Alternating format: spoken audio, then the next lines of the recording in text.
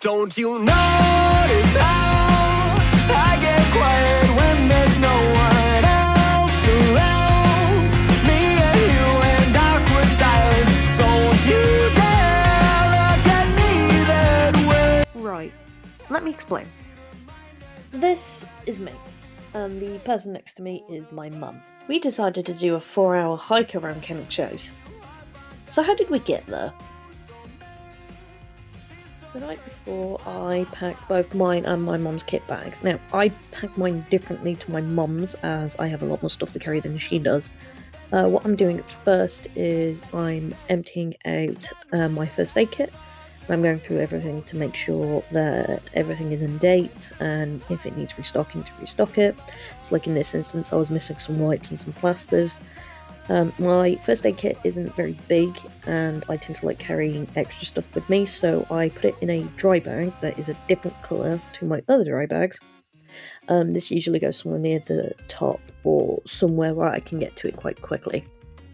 The stuff I came back with here is what I use to restock the stuff in my first aid kit, and it normally just lives in my desk drawer, to be perfectly honest, and it only really comes out when I'm doing things like this.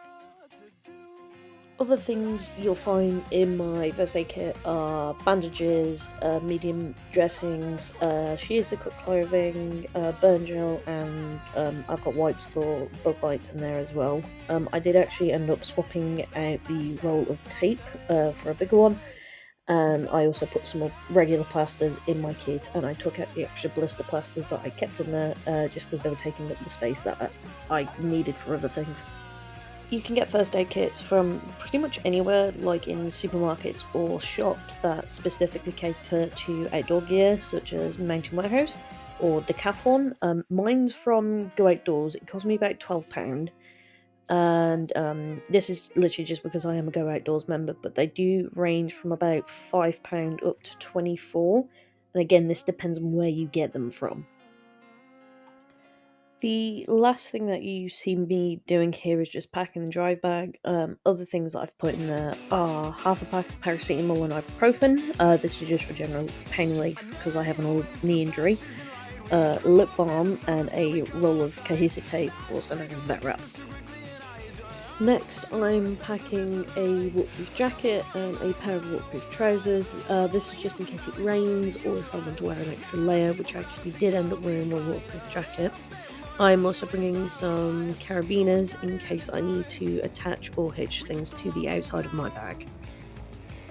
The thing I'm rolling up here is called a buff. There are many uses for them, but their main job is to keep your head, your face and your neck warm when it's cold. I didn't actually end up wearing this, just because I ended up getting a bit too warm with it on.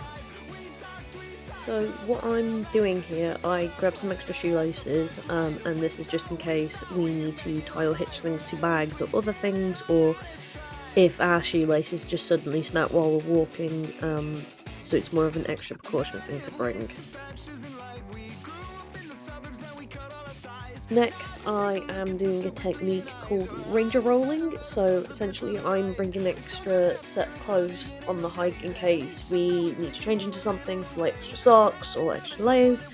So the two reasons why I'm ranger rolling is one, is to increase the space in my bag so I've got more space to put things, and two, it's just an easier way to get these things into the dry bag, especially the hoodie because that's quite big. Other things that I put in there were an extra t-shirt, underwear, leggings, warm socks. This is customizable to what you want in there.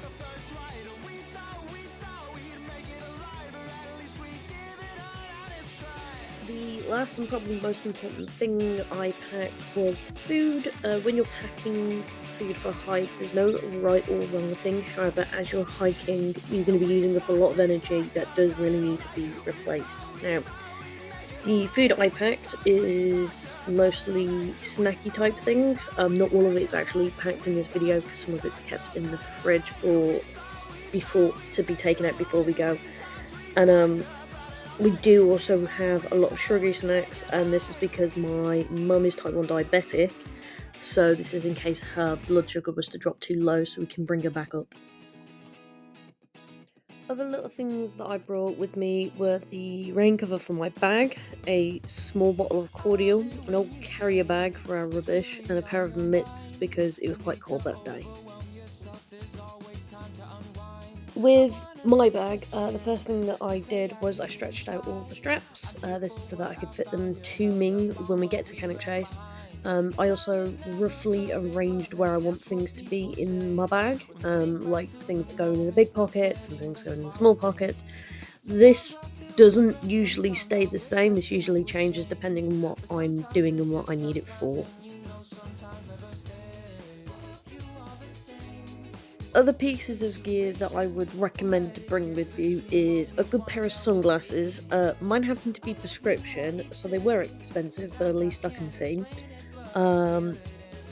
A basic survival kit, so this is in case you get stuck somewhere remote and rescue's going to take a while to get to you. And please check with your local area. This is because in the UK we have a lot of restrictions on things like knives and other things that are considered weapons, so again, please check what you're allowed to have in a survival kit. Explain what the plan was. We were going to start here in the Birches Valley car park, and we were going to make our way down this way towards the Go 8 and down towards Stony Brook. These brooks are very nice. They've had a lot of human intervention to keep them that way, which you'll see in the pictures later in this video. So we carried on from Stony Brooks down to Fair Oak Pools, past Fair Oak Lodge, and then we came down this bit, which is over a bike track known as the Evil Slab. And then we eventually made our way, you can't see it on this map, but there is a track that goes down here and meets up. From there we had a bit of a lunch break here, and then we carried on. We started actually down here though, to be fair. We carried on down here, went up, went all the way across. Now you can't really see it very well on this map, however there is a footpath that goes here towards Marquis Drive. Carried on down and went back up towards Fair Oak Pools and Stony Brook Pond. And then we met back up to the path that goes towards the Go 8. And then from there we actually went down the bit where the statue used to be, which is around here. And they have a big field where Lady Copper's Hill is, that's used for like concerts and things like that. And then went back to the car effectively.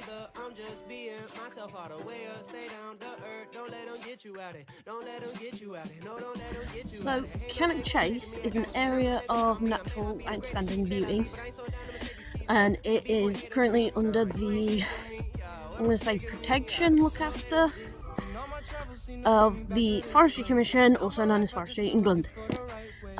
Very nice place. It is located in the West Midlands, just outside of Cannock. It's also near Rugeley, and so it's quite close to a few towns.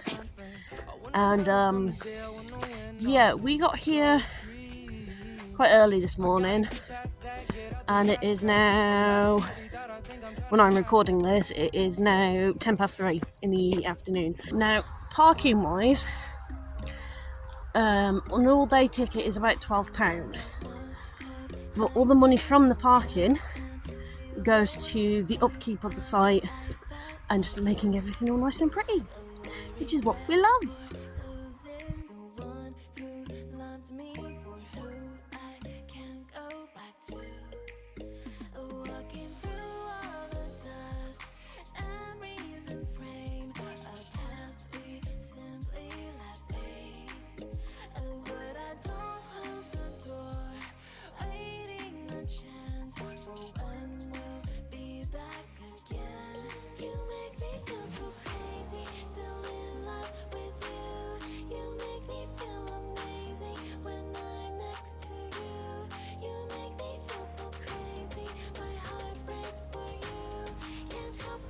So to answer the question of is it still cold? Yes. It was about 3 degrees this morning and it's gone up to a nice toasty 5. I was actually wearing my waterproof earlier as well, and I've had to take that off because I'm absolutely sweating.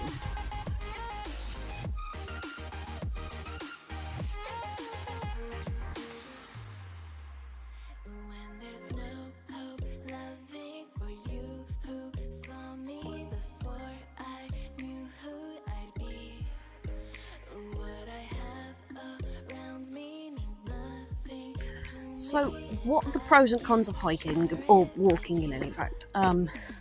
First one, and it's quite simple, it's good for your mental health. Getting outdoors is very good for you because you get the fresh air in you, you get to be social. Now, I know today doesn't look particularly nice, however, you do what you can with what you got.